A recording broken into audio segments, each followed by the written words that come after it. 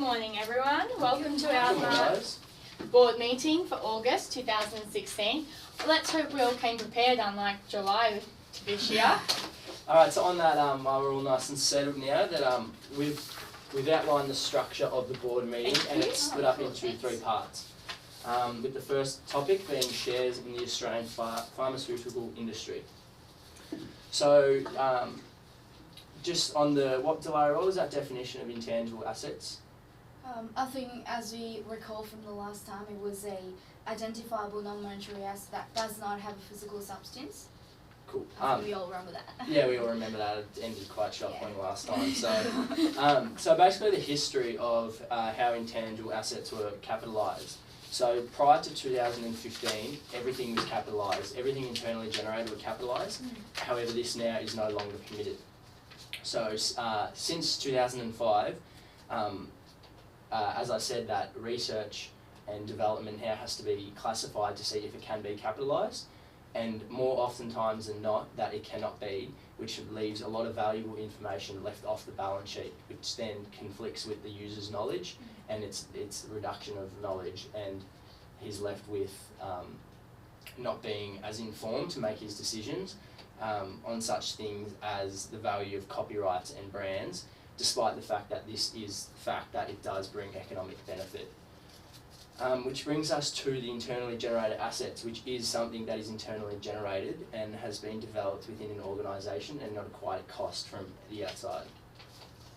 So I developed this earlier, so it's just a nice spreadsheet, as you can see, of internally generated assets. So it's divided into two streams, research and development.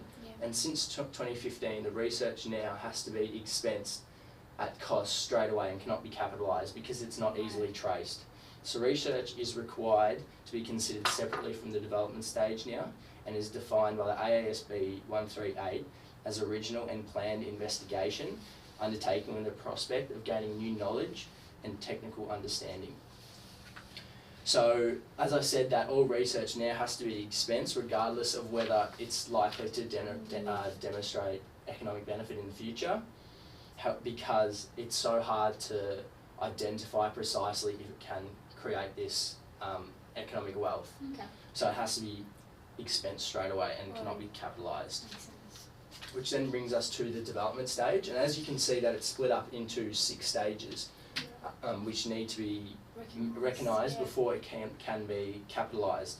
So development is defined in the AASB 138 as the applications of research findings and other knowledge prior to the commencement of the commercial production or use. And within paragraph 57 it outlines these 6 stages that the asset needs to be judged against to see if it can be met. And as you can see, these 6 steps are here. So the first step being technical feasible. The second step is the intention or use to sell the asset, and the ability to sell it is the third step. But the fourth one is the ability to generate future economic benefit, and with the fifth, the availability of the other adequate technical and financial and other resources to complete the development, and the sixth one, as it's there in front of you, the ability to reliably measure. So once these 6 steps have been fulfilled, it then brings us to the next stage, which is it has to meet these 2 outcomes, which is that it's probable that it will bring economic benefit, and they're reliably measured. So once it meets these 2 steps, it then can be recognised. It can be recognised if it's acquired as part of the business combination. It can be recognised as fair value. However, this is very rare, because to be recognised at fair value it needs to have an active market, such as leases. So most of the time this can't be recognised. So usually it then has to be falls under acquired separately and then recognised as cost. So that just wraps that up. But did you guys have any questions on part 1?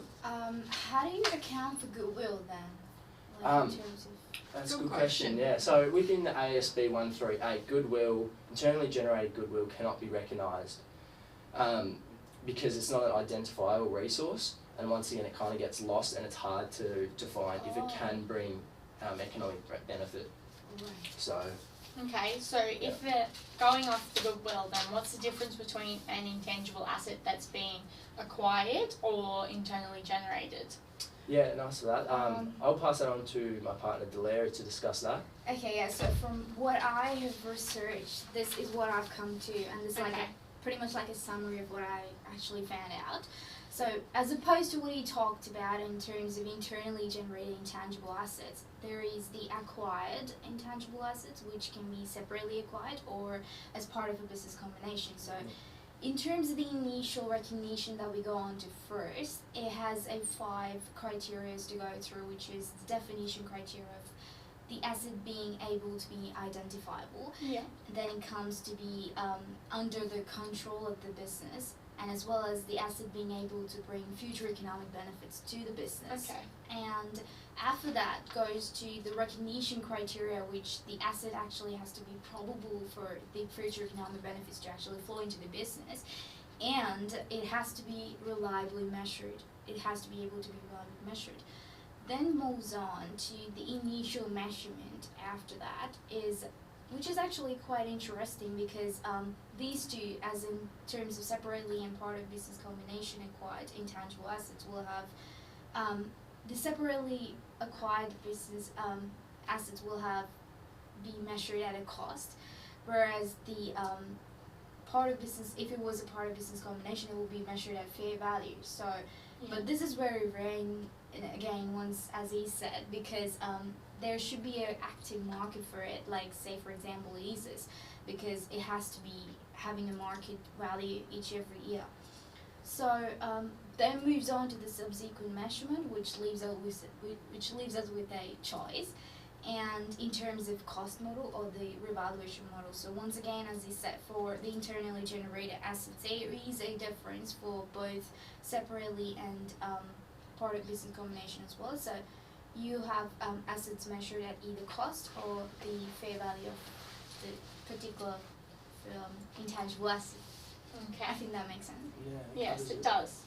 So then, going off what we've just talked about now, we need to discuss whether the recognition of Sol Patterson the brand on the Australian Pharmaceutical Industry's Annual Report 2015 is actually reliable and relevant, should they have recognised it. And according to paragraph 63 of the AASB 138, it says that internally generated brands, brand names, mastheads and titles, etc. cannot be recognised. So they are prohibited from being on your report and cannot be capitalised from. But we need to make sure there's a clear clarification between it being internally generated or acquired. Because Sol Patterson the brand was not created by Australian Pharmaceuticals, it was not internally generated. It has been acquired by API, therefore we need to discuss whether it's been separately acquired or part of a business combination. And due to API now obtaining control of Sol Patterson, it becomes clear that it was part of a business combination. And from that, we need to make sure that it is recognised accordingly at the fair value, which this fair value would be an estimate and would have been applied in the contract, as stated in paragraph 35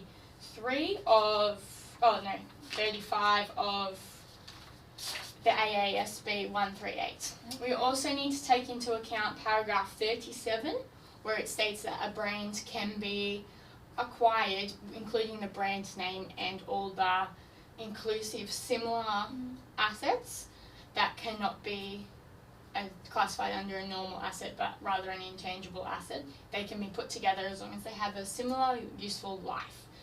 Also, with the initial measurement, this is at fair value, but the choice of for our subsequent measurement is no longer a choice, as Sol Patterson is not in an active market, therefore it can only be the cost model which we are using for this reevaluation. Yes. So I think that's all for today.